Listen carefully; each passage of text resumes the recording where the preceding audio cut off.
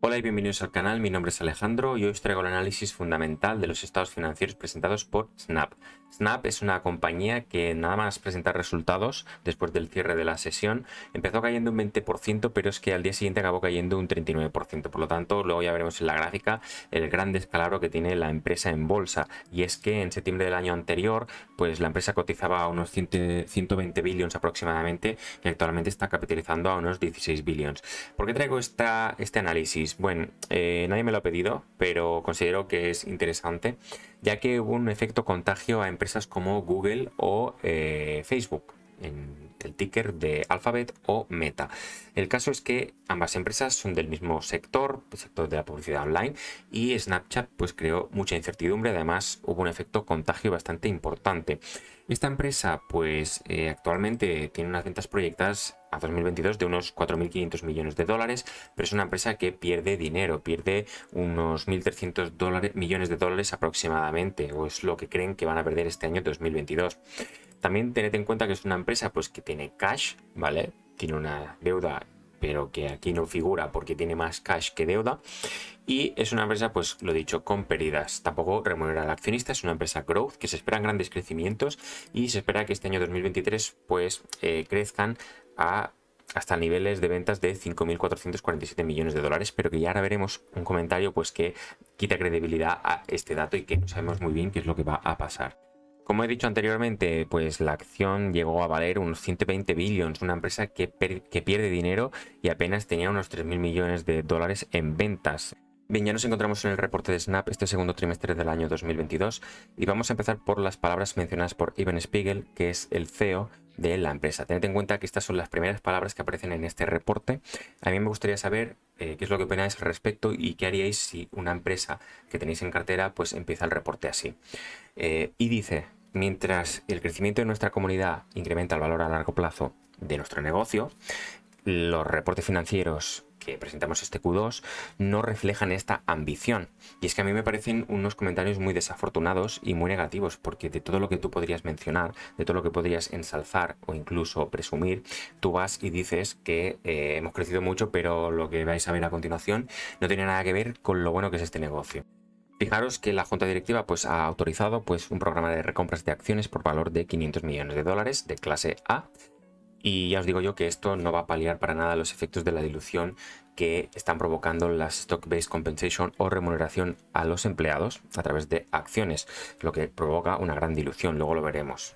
Y bien, pues yo, pues para conocer más el negocio, pues intento entender y leer los highlights que nos ofrecen. Además, entiendo un poco el negocio porque ya he visto varias empresas similares. También alguna vez he probado la aplicación Snap. Pero bueno, para entenderlo más allá, vemos las soluciones que intenta ofrecer esta empresa pues, a sus anunciantes y vemos pues que la verdad, a mi modo de ver, es bastante interesante. Lo que pasa es que estas colaboraciones con anunciantes son cosas que también puede hacer Facebook y TikTok. Estas empresas pueden realizarlo perfectamente y es que por mucha calidad que ofrezcas, siempre van a poder asemejarse y esto es un problema, ¿vale? Existe mucha competencia y de hecho ellos mismos mencionan que la competencia pues está haciendo que haya tanta incertidumbre en el negocio. Y bueno, lo que vemos a continuación es que la empresa no ha ofrecido un guidance y esto ya me parece preocupante, más que nada porque a mi modo de ver, me gusta ver qué expectativas tiene la empresa y cómo se ve a sí misma en un plazo, aunque sea en un año. Y ellos mismos dicen que la incertidumbre del mercado pues va a provocar que ellos no puedan cuantificar ni el crecimiento ni el EBITDA ajustado del año 2022. Tened en cuenta que nos acaban de decir al comienzo del reporte que el crecimiento de la comunidad era una gran oportunidad a largo plazo. Pues qué mejor manera de cuantificarlo, ¿no? Pues significa que a lo mejor no tienes un plan de acción ajustado a la realidad, al menos en el corto plazo, y eso pues, empieza a preocupar. Al menos no soy yo quien lo dice, sino la reacción del mercado, pese a que pueda sonar oportunista, pues la acción acabó cayendo un 39% a raíz de este reporte. Y bueno, ya nos adentramos en los estados financieros presentados por Snap. Vamos a empezar por la cuenta de resultados, como siempre hacemos, a pues 3 meses terminados del segundo periodo del año 2022. Vemos que el crecimiento de las ventas se sitúa en un 13%, las ventas son de 1.110 millones de dólares, por lo tanto es una cifra muy importante, muy interesante, que en un trimestre ya supere la cifra de los 1.000 millones, pues está muy bien. Y vemos que algo, pues a mí me ha llamado la atención, es que el coste de las ventas se mantiene plano, apenas se ha incrementado, y fijaros que el margen bruto pasa al 59,81%, viniendo a ser del 54,8%, por lo tanto expansión de los márgenes. Esto es muy interesante, pero aquí ya empiezan a ver los problemas, y es que después de esto tan interesante, nos encontramos que no paran de subir los gastos.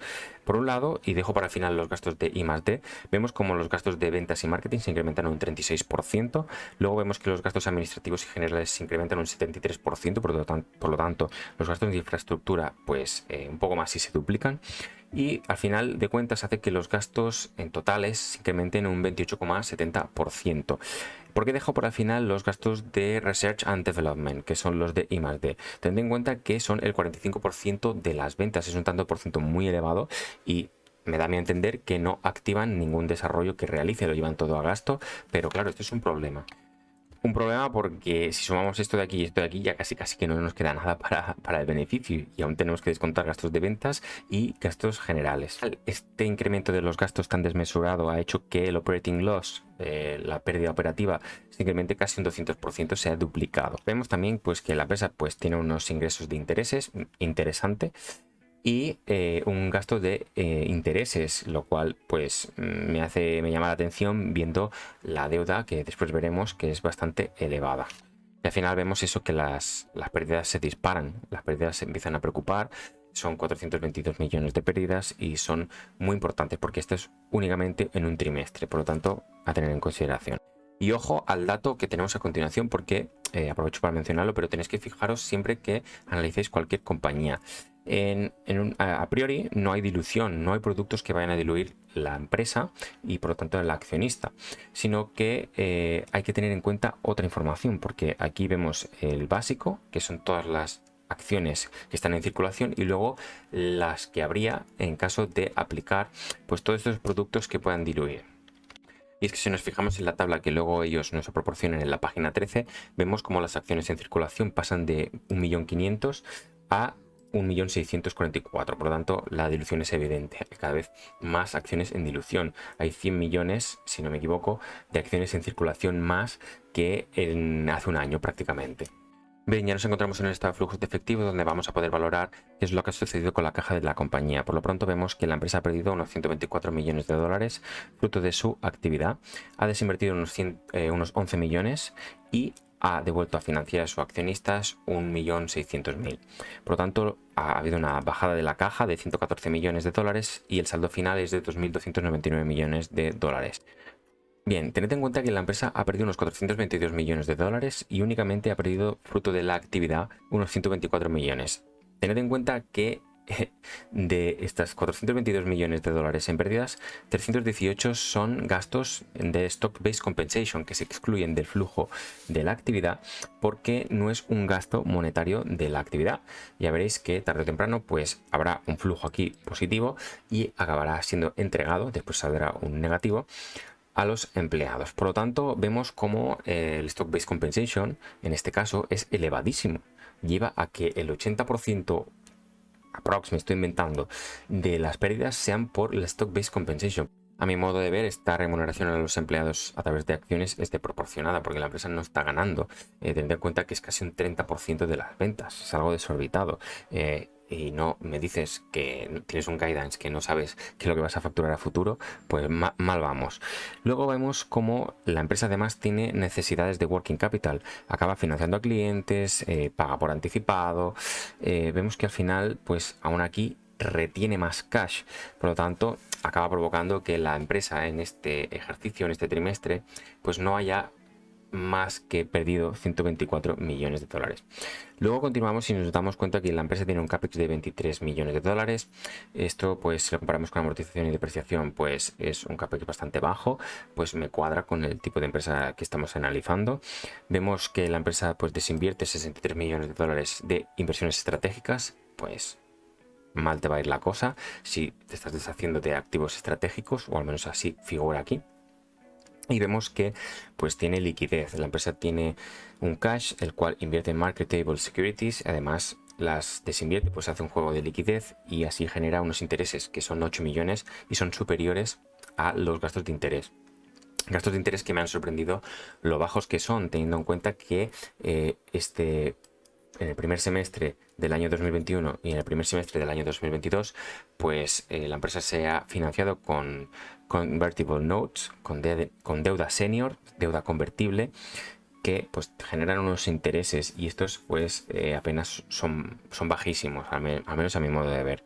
Y ya sé que acabo de decir pues que el CAPEX pues es bajo y es típico en esta empresa, pero si nos vamos a antes, a la cuenta de resultados, en el cual hemos visto que invierte 500 millones de dólares en I+D y no lleva o activa a balance, lo lleva todo a gasto, por eso figura en la cuenta de resultados, nos damos cuenta de que a lo mejor no puede activarlo y que es un gasto de I+D que ve necesario para poder mantener el crecimiento de las ventas o incluso las mismas ventas. Por lo tanto, es una necesidad de CAPEX esa inversión en I+D.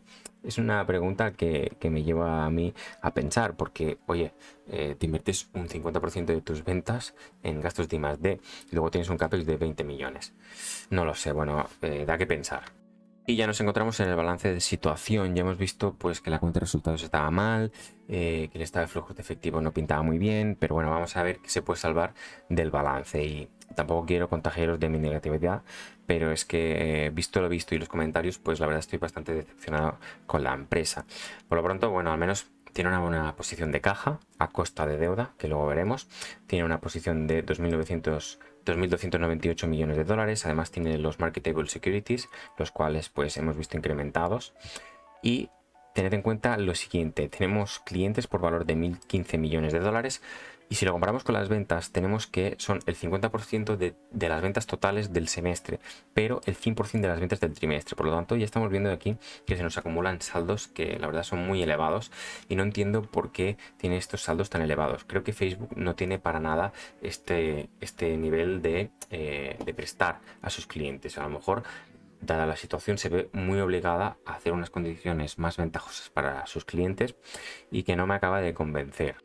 Sin embargo, bueno, hay que decir que el activo corriente dentro de este balance, dentro de este activo, es el 68,43% y tiene un fondo de maniobra positivo. Tiene muchos activos líquidos que son superiores a los pasivos corrientes, es decir, a los vencimientos a corto plazo.